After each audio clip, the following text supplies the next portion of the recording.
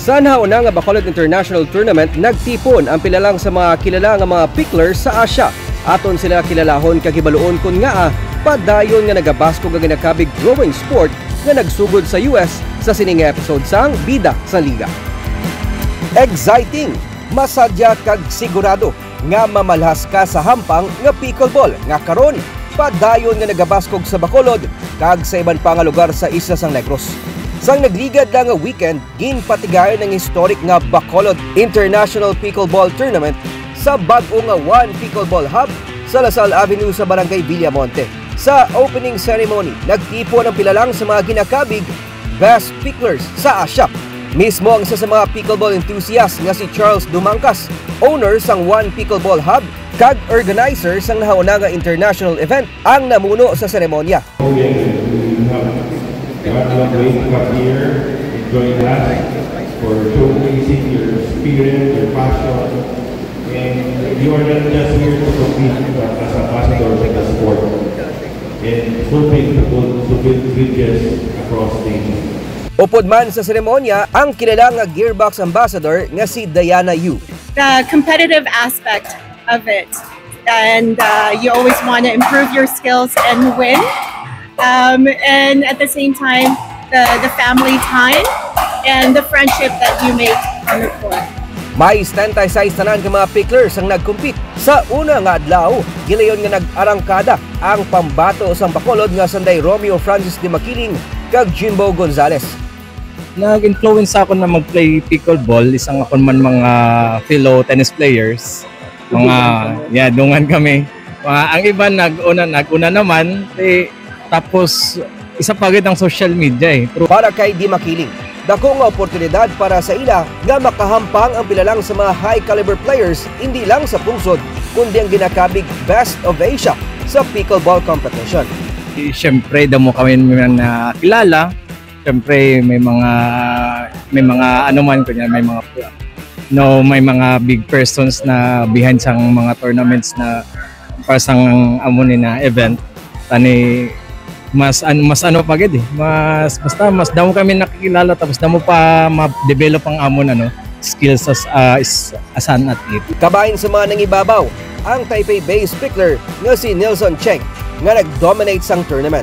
First time come to Philippines, so I saw my friends in here, Kim and a lot of friends in here, and then I'm so happy to hear.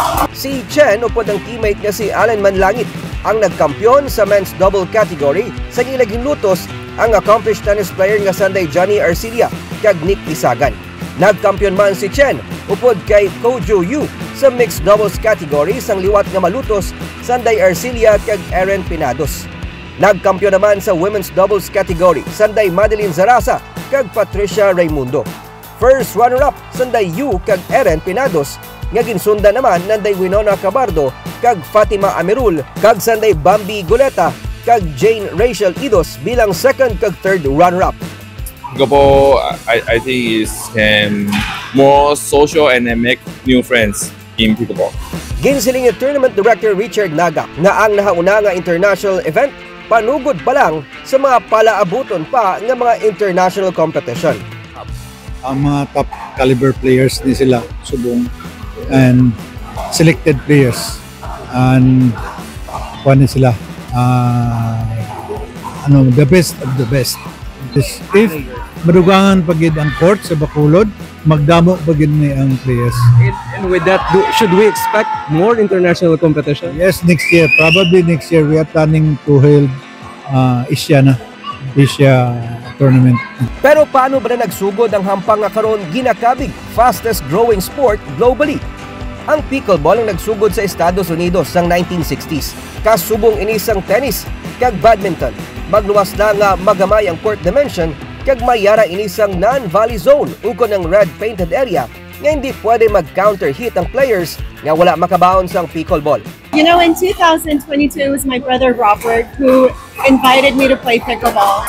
So I started smashing balls from the kitchen until he told me, Diana, you need to let the ball bounce first or volley it behind the kitchen line.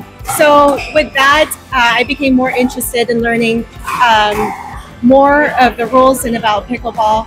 And then, of course, as soon as I got to watch Annalie Waters, the GOAT, I was inspired. I was just so in awe with, the strategy, the strength that she has on the court. It's just unbelievable. Sa Bacolod, ang negosyante kag sports enthusiast nga si Nancy Yu, nga naging founder sang Bacolod Pickleball Club, isa lang sa mga nagtinguwa nga mapasanyo ang grassroots competition sa Isla San Negros. I mean, it feels so good.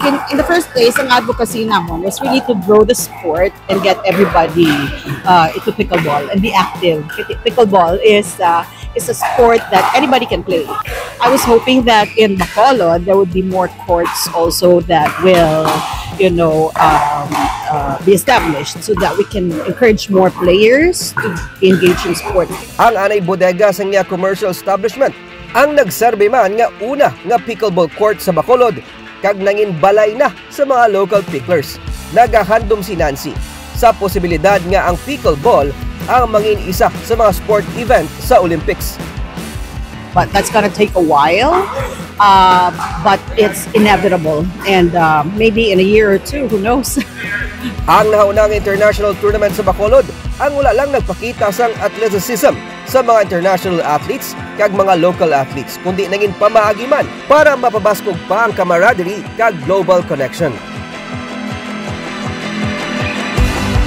Time out kita na sa mga issue kag problema. Kag saksihan nato ng mga highlights kag maaksyon ng mga pahampang pati na mga istorya sa mga paghimakas kag kadalangan sa aton nga mga lokal nga atleta kag mga legends sa sports. Dili lang kundi all out ang aton mga bida sa liga.